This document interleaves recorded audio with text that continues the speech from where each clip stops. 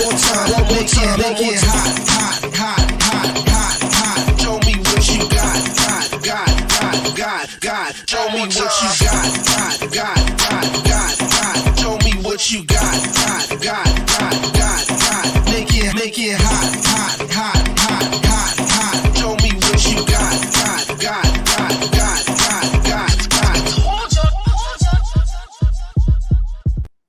What's going on? It's your man Diamond K in here, of course. The Diamond K Show on fire. -tv.com radio on fire. Happy Friday to everybody. A lot of things to talk about today. A lot of things to get into, of course, on YouTube. I am DJ Diamond K on all of the social media at the Diamond K Show. All right, so a little bit later, we're going to be joined by a Democratic candidate for mayor in Baltimore City, Bob Wallace, is going to join us shortly. Now, Johns Hopkins University's president is calling for protesters to immediately end the encampment on the campus. So this is something that has been spreading around colleges, and this is a pro-Palestine protest. This is they want to free Palestine. And this is, it's one of those things, right? When you go to college, a lot of times students are involved in protests. So Hopkins University's president is calling for the protesters to immediately fall back. He doesn't, he's had enough. The protest in support of Palestine has entered its fourth day. It's entered day number 4. And this is at Johns Hopkins University's Homewood campus. The demonstrators have been calling for the university to cut ties with Tel Aviv University and stop accepting Department of Defense funding to develop weapons. Of course, this demand, I guess it's a noble thing that the students want. And I can understand where they're coming from the standpoint of, you want something done. They're paying to be there. I get all that. But the school is not going to buckle to these demands. I just don't see it happening. I don't see it happening. And the other thing that's so interesting, so many Americans are participating in these debates. I like to see folks protesting, standing up for things that are wrong domestically as well. There's a lot of things here stateside that could be better. And I would love to see the same level of enthusiasm, the same level of outrage, the same level of that a student body getting involved. I'd like to see that on some of these stateside issues, some of these issues that are affecting us in America. I would like to see that as well. Am I wrong for wanting that? I mean, I get, the Israel Palestine thing. I get all that. Absolutely. But in addition to that, we have some problems that are very close to home. And, people need to keep that same energy. Because when it comes to things that are here, I don't see this level of outrage. I don't see this level of commitment. I don't see any of that. But I'm just saying, if spread the love, right? Spread the love. We send a lot of money, a lot of different places. But I'd like to see some of that stuff happening. Maybe I'm crazy. Midlife Bro Logic on YouTube says, I think I'm going to vote for, are you saying Criminal Sheila just to get Brandon out? Okay. Criminal Sheila. You need to call a lot of other politicians criminal as well. on YouTube. My goodness, you just stay dumping on Brandon. You don't like Brandon Scott for some reason, and I saw the link that you sent me yesterday. But so that's the reason why you don't like Brandon Scott. You want Sheila Dixon to take his job. You're gonna have your chance to vote. I hope that you are voting. I hope that you are not just online on YouTube just talking about it and making all of these demands on the elected officials. I hope that you are also voting, and I hope you're registered and all that good stuff. Of course, we talked about this yesterday. Early voting is underway. Folks can cast their vote, let their voice be heard, and all that good stuff. So as I said, the protest demonstrators are calling for university to the university to cut ties with Tel Aviv University and stop accepting Department of Defense funding to develop weapons.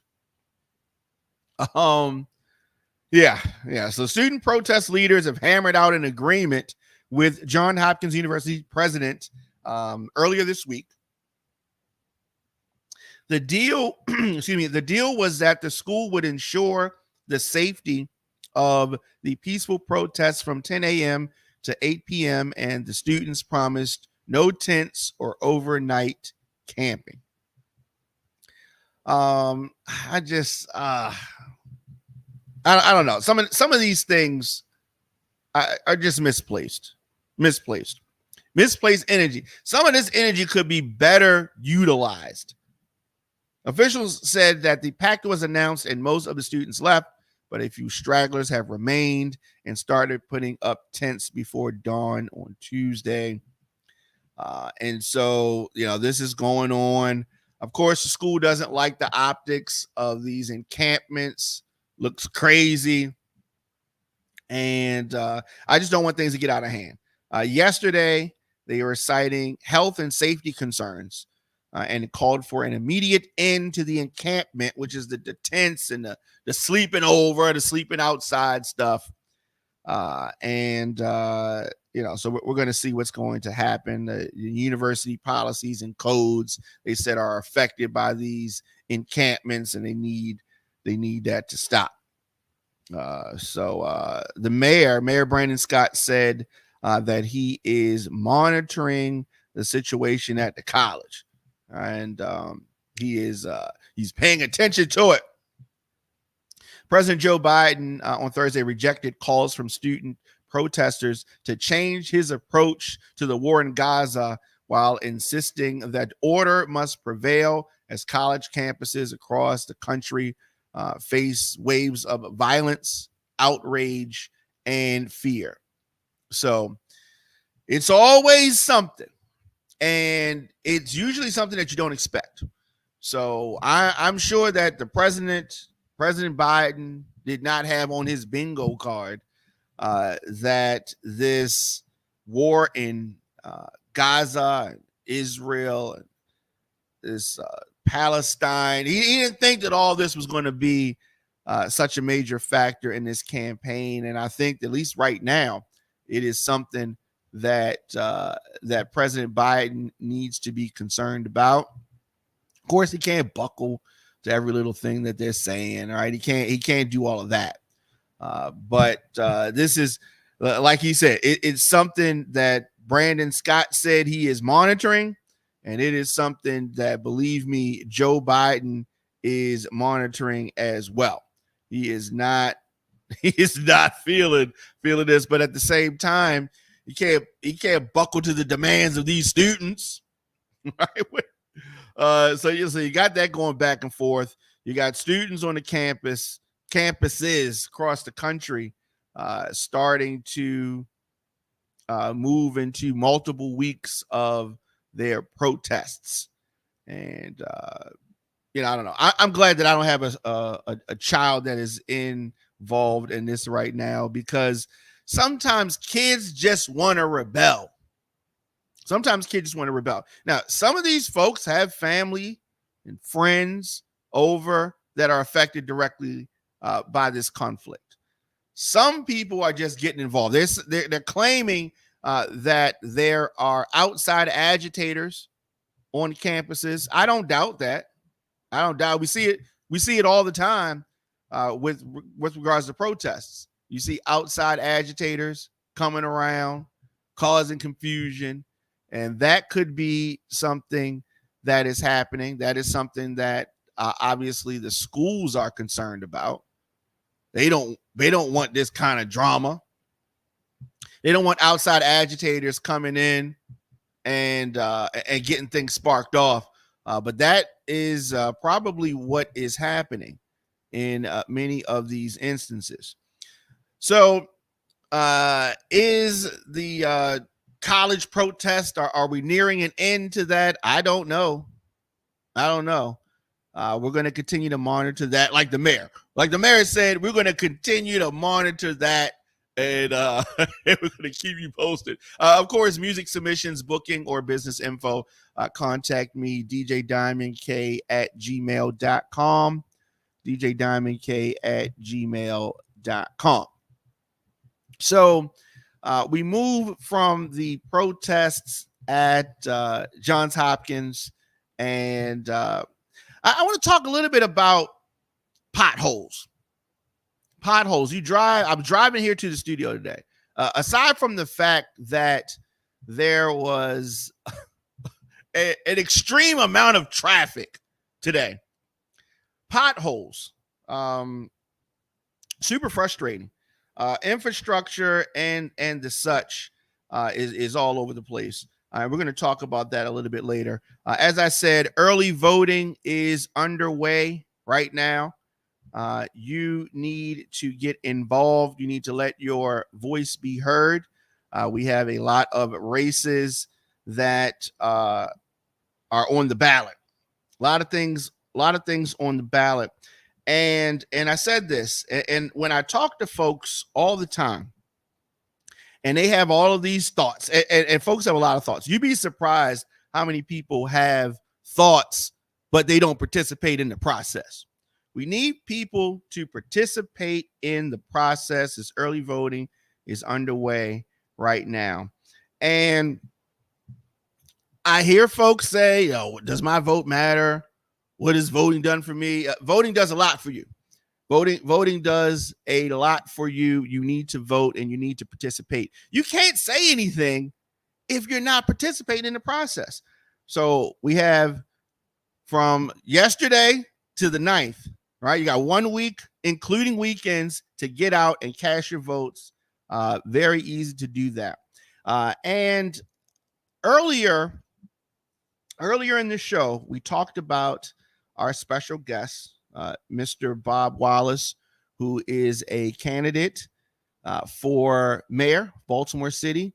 I'm looking forward to having a discussion with him about his candidacy, about Baltimore in general, some of his vision. Like to get into all that. And so we're going to do this. We're going to take a quick break, 20 seconds, and we're going to be back with our special guest, Mr. Bob Wallace.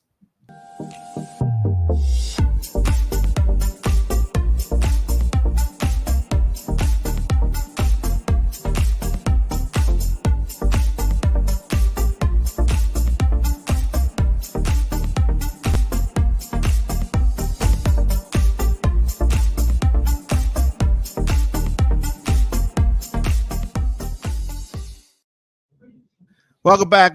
You Diamond K in here. Of course, on all social media, I'm at the Diamond K Show, and on YouTube, DJ Diamond K.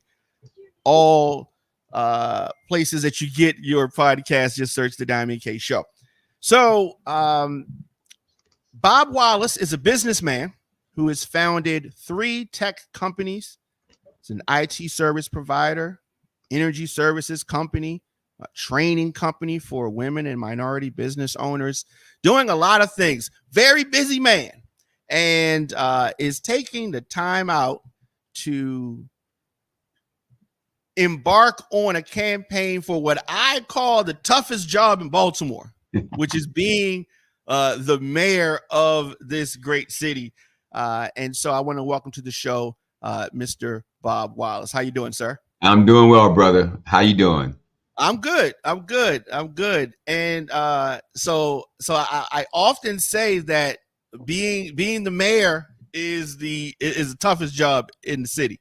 What would make you want to have such a difficult job?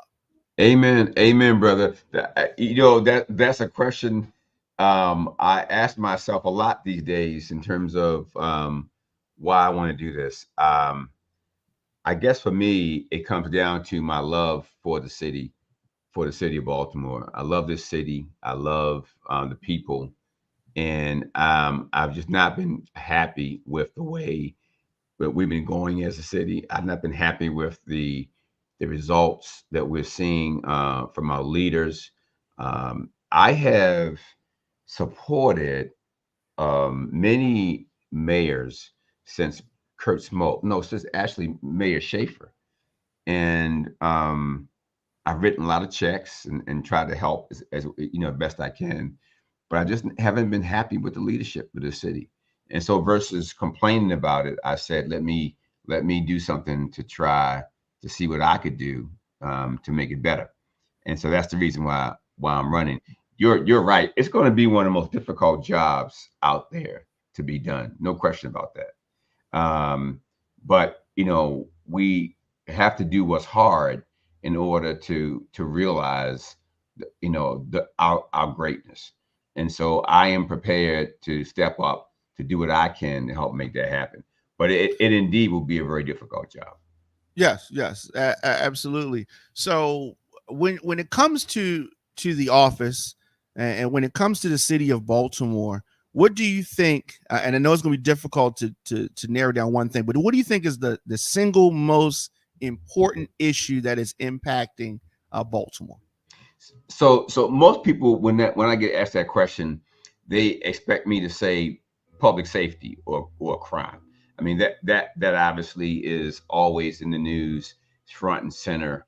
We have to deal with the wire and all of that has created this image of Baltimore that's not very flattering. But I would say to you, the number one issue, in my opinion, is resolving the economic inequality gap in our city. I'll give you some example, some stats. So two-thirds of our population in our city, you may or may not know this. Two-thirds of our population struggle.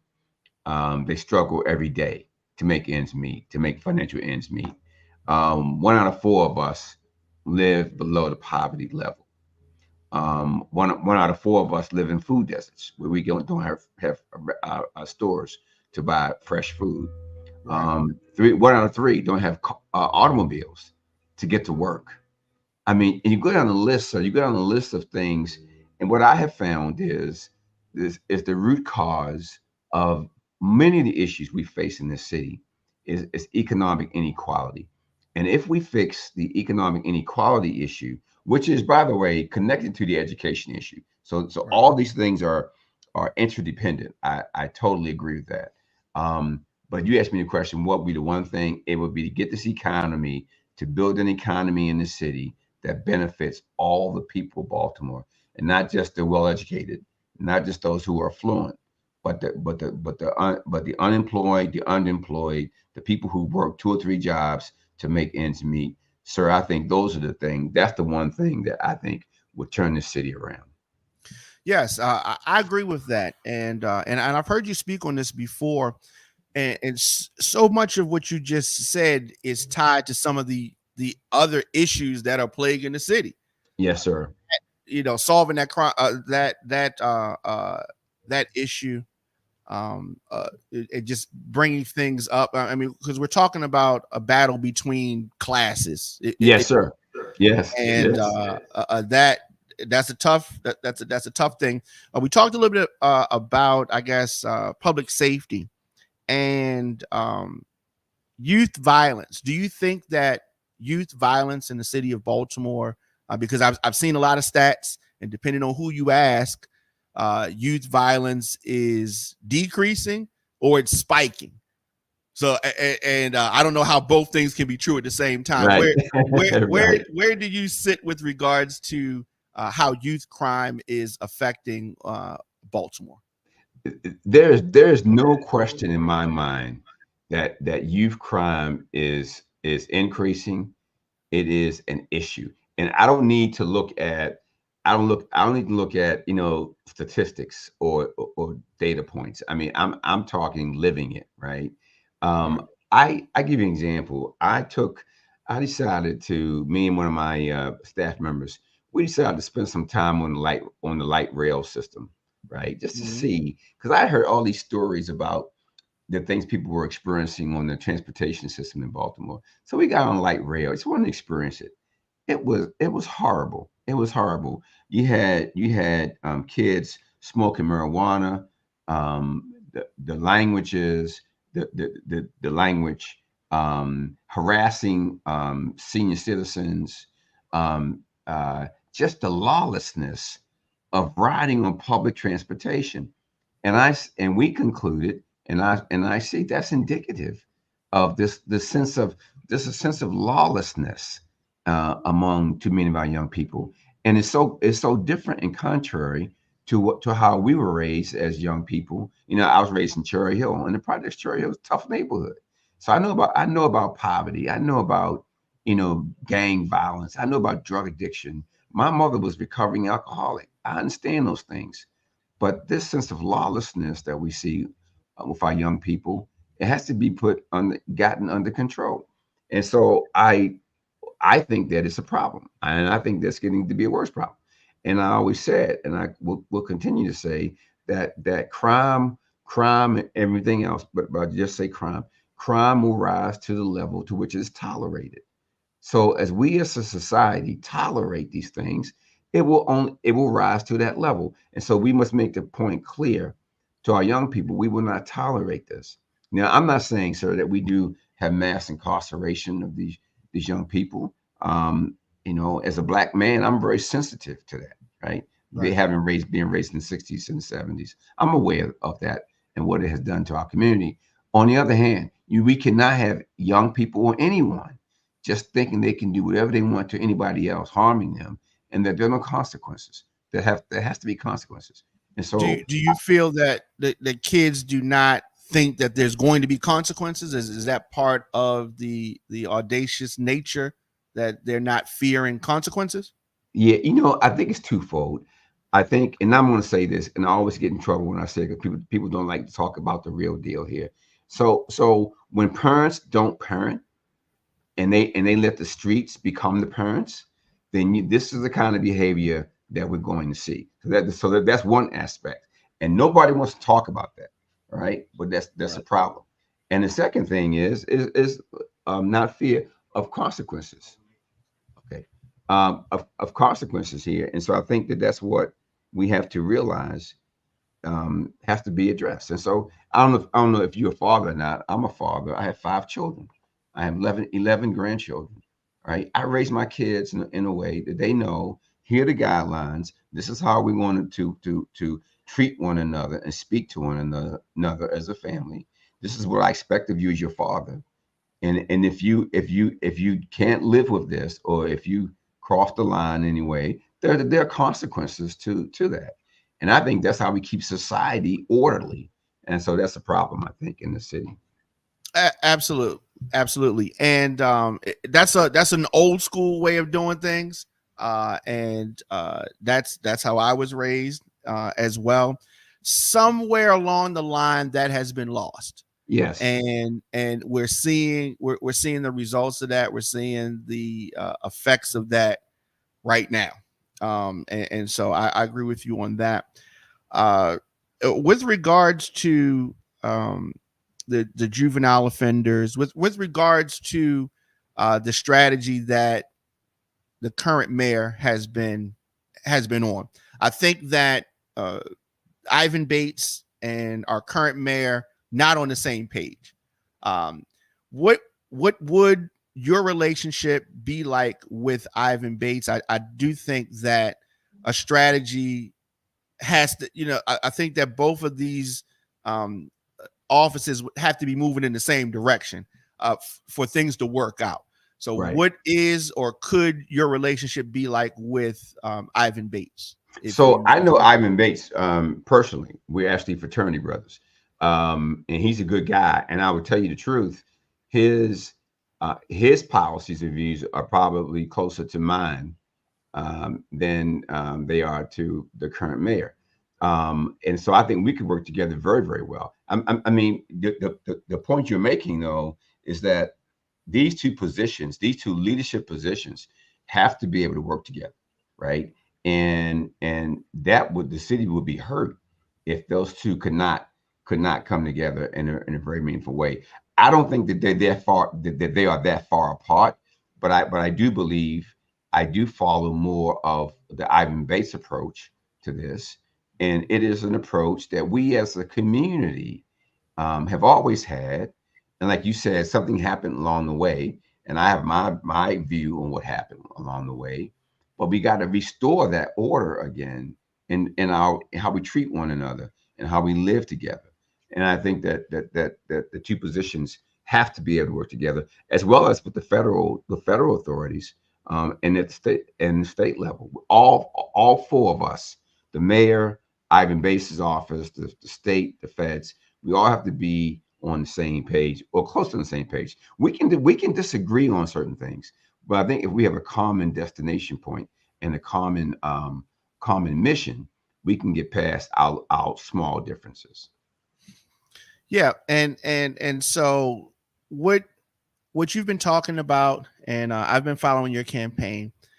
It shouldn't seem like this, but it seems like what you propose are radical things. It shouldn't be like that because they're sensible things, but the city and the country, but let's kind of focus on the city. The city has been going down this road for a long time with regards to schools, with regards to just the city, the upkeep, so many things. Yes. So you coming in would be going against the grain with these common sense, ideas. How long do you think it would take before the citizens could see some progress? I mean, when you talk about education, so many things are wrong. Your approach is common sense, but how long before people could actually see something?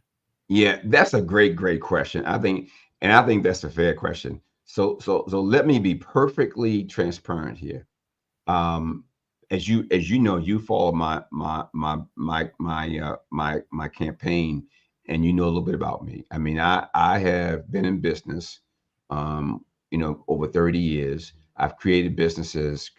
I've created hundreds of jobs, helped families, even some of my homeboys from Cherry Hill, gave them jobs. Now their children are getting jobs in our company. So we've got generational benefit that we've been able to accrue.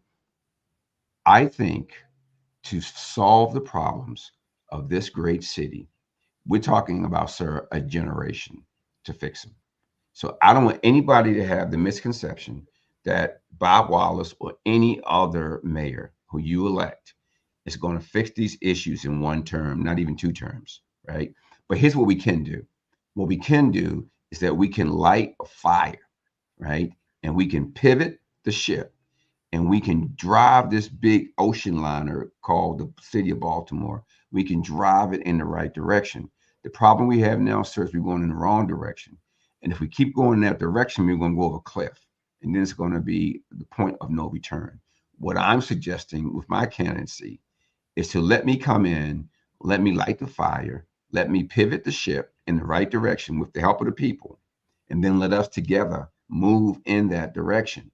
But I think, sir, to your point, and I'm glad you brought that up, because sometimes people have what I call the Obama effect. Do you know what the Obama effect is?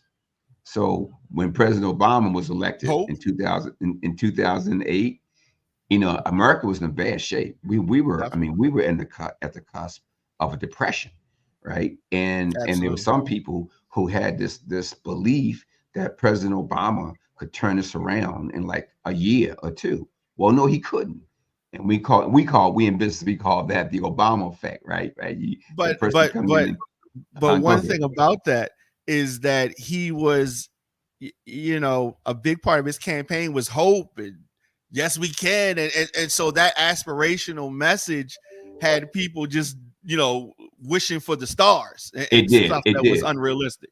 It did. No, and so to be clear, so that reaction that people had, that faith that they had, that passion that you saw and that I saw, because I was there, it was real and it was good, and it was a good thing because it allowed us to pivot and do the hard things, right, that we knew need to be done but didn't have the courage before him to do it. Well, he had the courage. He had the courage to dare to implement affordable health care for everyone. He had the courage to invest billions into renewable energy technologies. He had the courage, right, to reshape our education system. It does take that kind of courage and energy, and that's what I bring to the table. I bring that same to the table, that same kind of energy and passion. All I'm suggesting to the people of Baltimore is realistically to solve these problems. It will be a generation. It'll be 20 years or so, but we at least in the next mayor's administration, the right mayor, we can start the journey, pivot the ship, going in the right direction, and then build the right team so we can maintain that direction and maintain that momentum that I hope to create as And, mayor. and just to be clear, you're not saying that it would take a generation before they saw any results. You're saying it would take a generation to turn things around. Absolutely, sir. So Right. we'll see results. I mean, I can tell you, especially things that pertain to engineering. If you know, I'm an engineer. My Right. career is engineering technology. No, no, sir. There are things that I can do. They'll see change in the first year, even the first 90 days.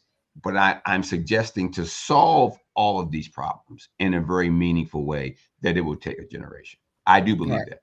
Yes, sir. All right. All right. And I think that is realistic. So I think you said generation, and if I go back a generation, a little bit more than that, I remember the opening of the Inner Harbor. Yes. All right, a little bit more than a generation. And so where we are now, as you well know, David Bramble's plan to redevelop Harbor Place, Inner Harbor, is out there. And where do you sit with this proposal to put these 900 high rise, luxury condos, apartments, whatever they're going to be down at the Inner Harbor, and what is your thoughts on what could just completely reimagine, I think is the word that they like to use, the Inner Harbor? Yeah, like you, I remember. I mean, I'm old enough to remember when the Inner Harbor was built, and it was such an amazing place at the time. It was very similar to what was happening up in Boston, and in New York. It was an exciting time, and it was wonderful to be part of it and be part of Baltimore. I know David Bramble. He's a good man. He's a good, smart businessman, successful developer, and I support him. My issue with the project is this. Um, as your next mayor, I am resistant to the city of Baltimore continuing to invest its scarce resources into these big inner harbor projects, these big, things that don't benefit the neighborhoods of Baltimore City. And so that's my number one concern. I also don't believe that we should be building an economy that is based upon residential assets, like these 900 apartments. The people who will live in there, they will not be people from the neighborhoods of Baltimore City. They'll be Right. people because they won't be the people. Most of the people in Baltimore cannot afford them. So once again, we're investing in a project that doesn't benefit the neighborhoods and the people in the neighborhoods of Baltimore City. As your mayor, Mayor Wallace, what I'm going to do, I'm going to pivot that emphasis so that we're developing resources in the neighborhoods of Baltimore City, where we're using our own businesses to build it. We're using our own employees as the citizens as the laborers. We're using our own young people who might be in the crafts, carpentry, electrical work, bricklaying, heating, ventilation. We're using our local workforce to rebuild our city.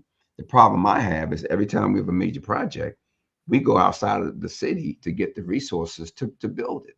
And that just makes no sense to me. So, but it also means that our businesses, especially our minority-owned businesses in the city, they have to grow. They have to grow. They have to mature and be ready to assume these big projects. We've got a number of big projects that could be jumping off the drawing board very, very soon. We have the rebuilding of the Key Bridge. We got That's a big one. hopefully we want to get the Red Line light rail system going again. That's a $3.5 billion project there. The bridge, you're talking about $3 billion investment to rebuild that bridge. We've got the rebuilding of these vacant properties. I mean, we have the projects that will allow us, if we are smart business people, to focus on those, rebuilding those, and that will benefit the neighborhoods and communities. So I like David Bramble. He's a smart guy. The project he's put forth, I'm not excited about having it be residential, but that's my opinion. If the people of the city decide they want to support this and get behind it, then I as your mayor, I will do the will of the people. Right. And we're going to have our opportunity to give thoughts on that in the fall. That's right. Yep. Right. So you were talking about these projects, and there's so many opportunities throughout the city. Developers obviously want some type of a tax incentive to make some of these deals, and so it's about weighing that out. What's good for the city? What's good for said developer? With regards to the citizens' money propping up this project, how do you feel about that? And projects like this? Yeah. See, that is so. Initially, we were told, or we understood, that the city was going to have to put up $400 million of either pilot money or TIFs, right? Tax incremental financing. Basically, it's the city borrowing money to do the infrastructure work for these projects, and then get paid back from the future increased tax revenue, right? Right. Well, if you look at the projects that we have done in the city recently, that where we use TIF funding or pilot funding, most of those projects have not penciled out, meaning that the Absolutely. city has not gotten the benefit, right? The neighborhoods have not gotten the benefit. The people of Baltimore have not gotten the benefits. The people who benefit are the developers, the investors, the people who live in the county, but who work in the city and then they go back to the county at the end of the day. That's who benefits from these projects. We cannot keep doing this and think that we're going to rebuild our city when 2/3 of our people are struggling economically. So that's where I draw the line. I said, wait a minute, time out. Let us start investing in our neighborhoods, right? And building the people of those neighborhoods. And then we can, as a city, grow together and prosper together. So how do we invite these businesses? Like, we're talking about food deserts. How do we get healthy food in the community? How do we get some of these businesses to want to come into our neighborhoods? Yes, sir. Well, we have to change the economic equation, right? I'm a businessman. I get it. These businesses, for example, sir, food markets, the margins, the profit margins in food markets are very thin. They're like 1, maybe 2% are the margins, Right. the profit margins that they get. If you add on top of that the cost that's incurred by opening a store in a high risk, low income neighborhood, you're talking about increasing the cost to operate 3 to 4%. So you take those numbers, you put them together. These businesses say, wait a minute, I'm going to be losing 3% of my investment every year by investing in, let's say, Cherry Hill, where I'm from, or any other neighborhood that is low income and that is struggling, right?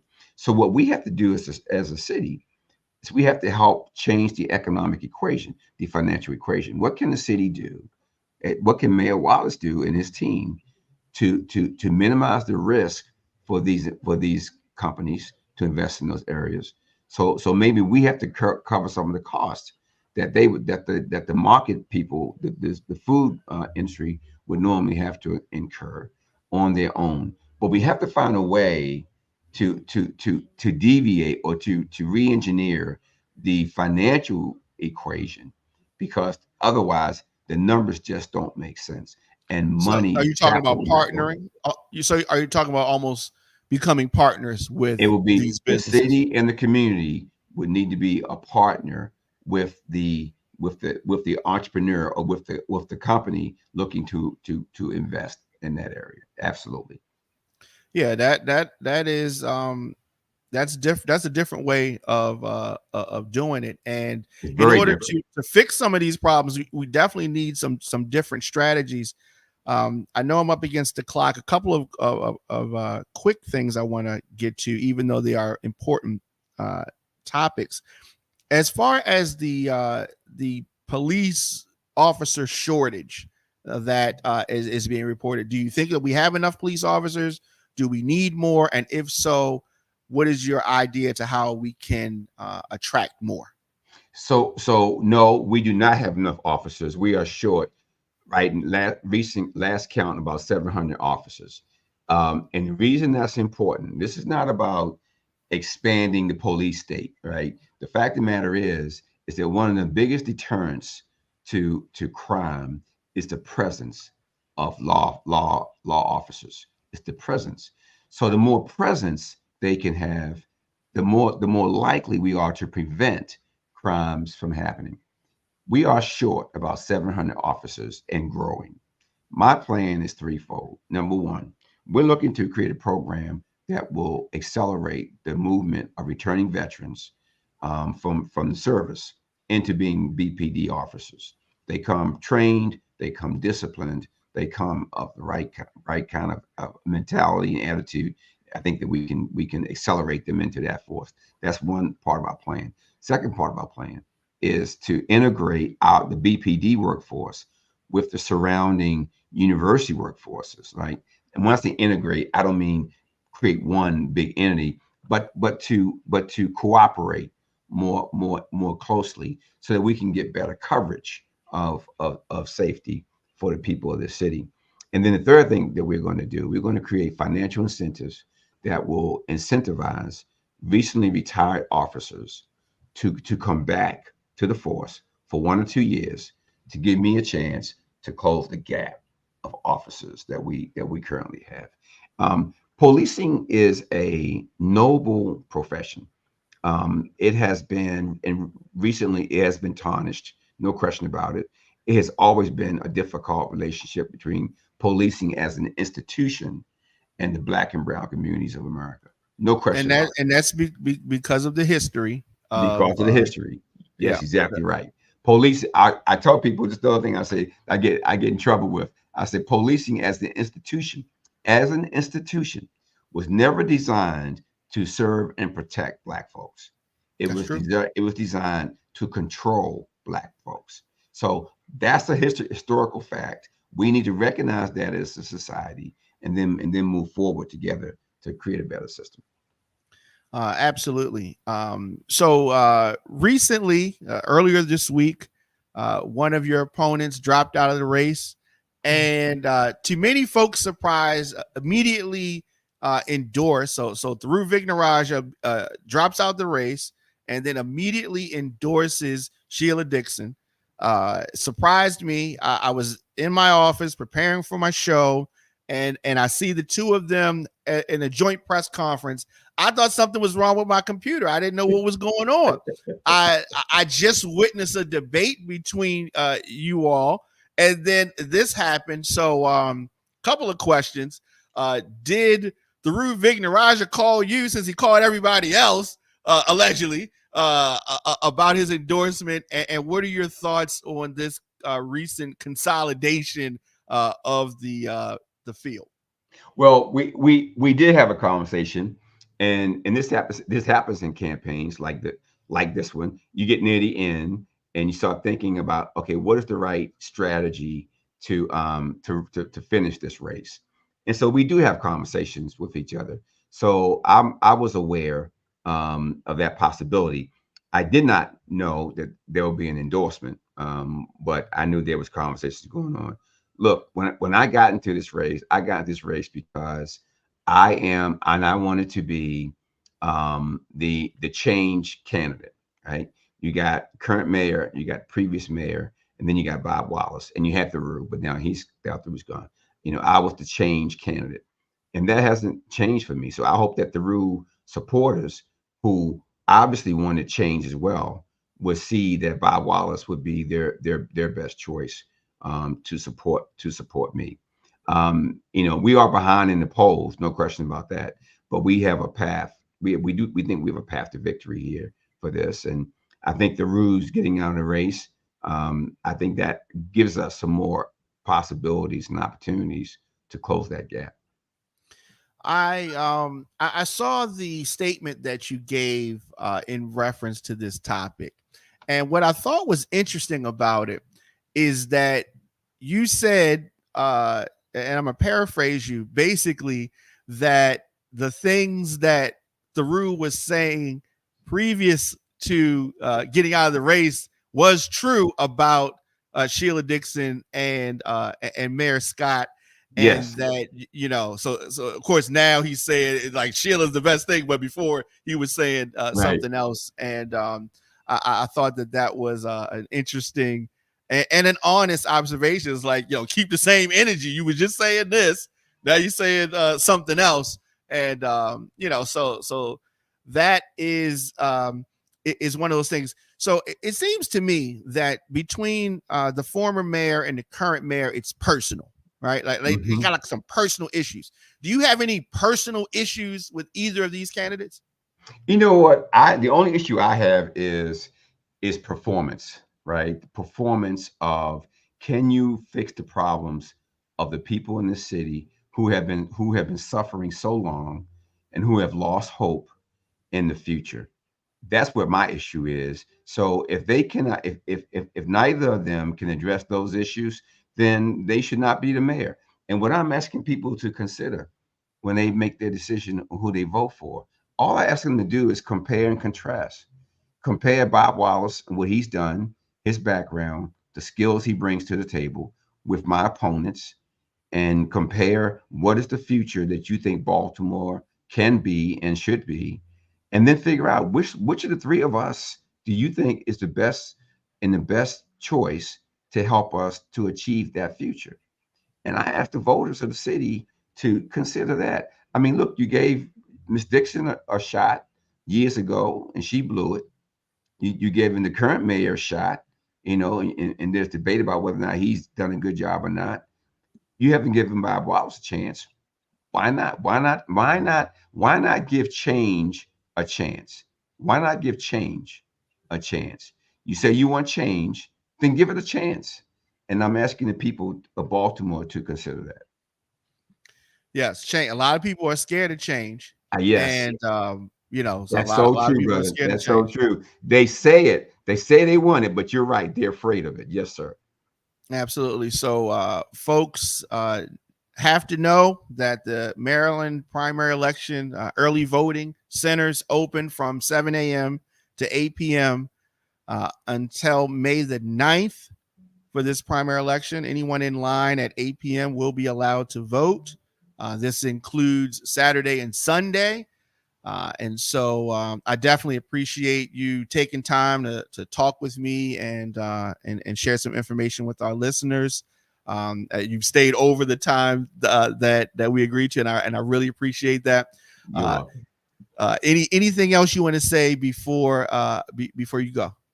Yeah, I think just to follow to close on what I said earlier, I remind people when they are, either at their table filling out their ballot or they're in the voting booth, and I want them to listen to their instinct, listen to their spirit, because almost everyone I meet says we need to change.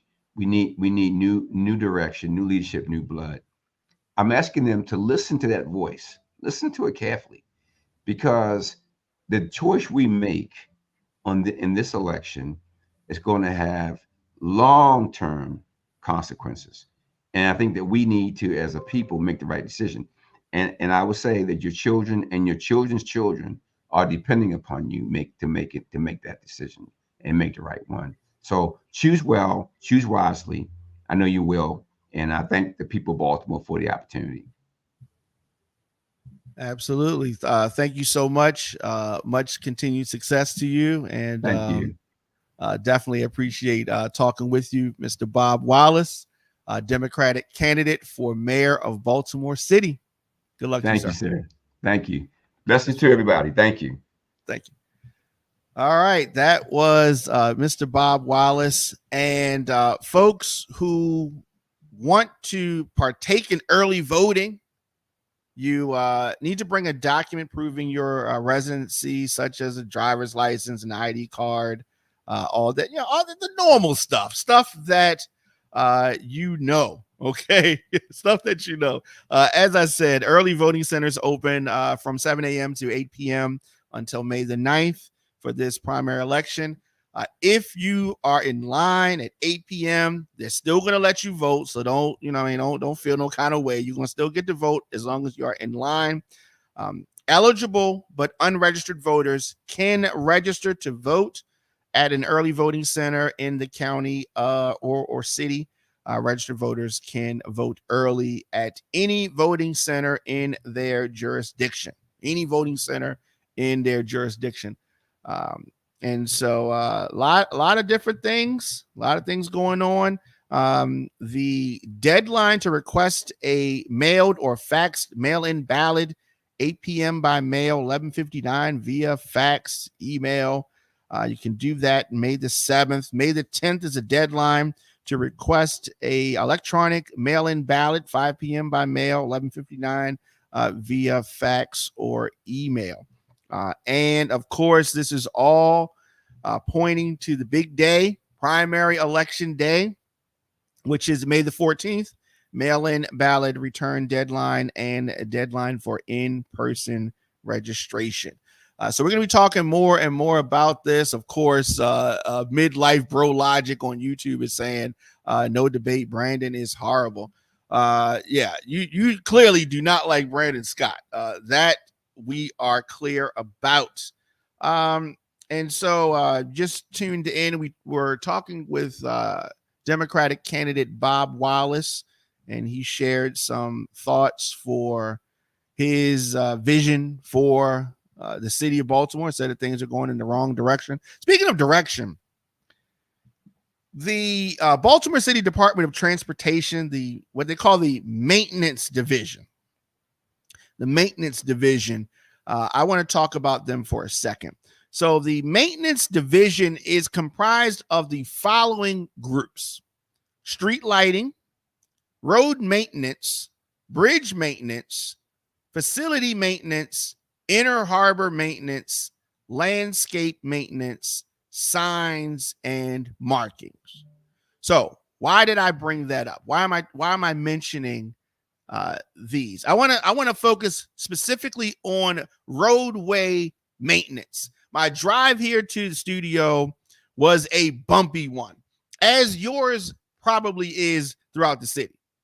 The roadway maintenance group maintains and preserves 2,000 miles of roadway and 800 miles of alleys. This includes potholes, street repairs, curb repairs, handicap ramps. This group also maintains right-of-ways, medians, and transportation properties. In addition, this group is responsible for the city's snow removal plans and the placement and maintenance of all salt boxes. Why am I bringing this up? Let's go back. This group is supposed to be in charge of pothole and street repairs. Oh, they're doing a crappy job with that. I see potholes that never get fixed, ever get fixed. And so we are on a mission to get to the bottom of these potholes. The city council is, where the money comes from for this. But I mean, honestly, if we had a city council and a mayor that fixed our streets, oh, that would go so far. It seems like something really simple. It seems like something really basic, right? But why won't anybody do it? And they'll say it now when they're running for office. Oh yeah, you want the potholes? We're gonna fix the streets. We're gonna do this. We're gonna pick up the trash. We're gonna do all these things, and then it comes time to them actually doing it, and it never gets done.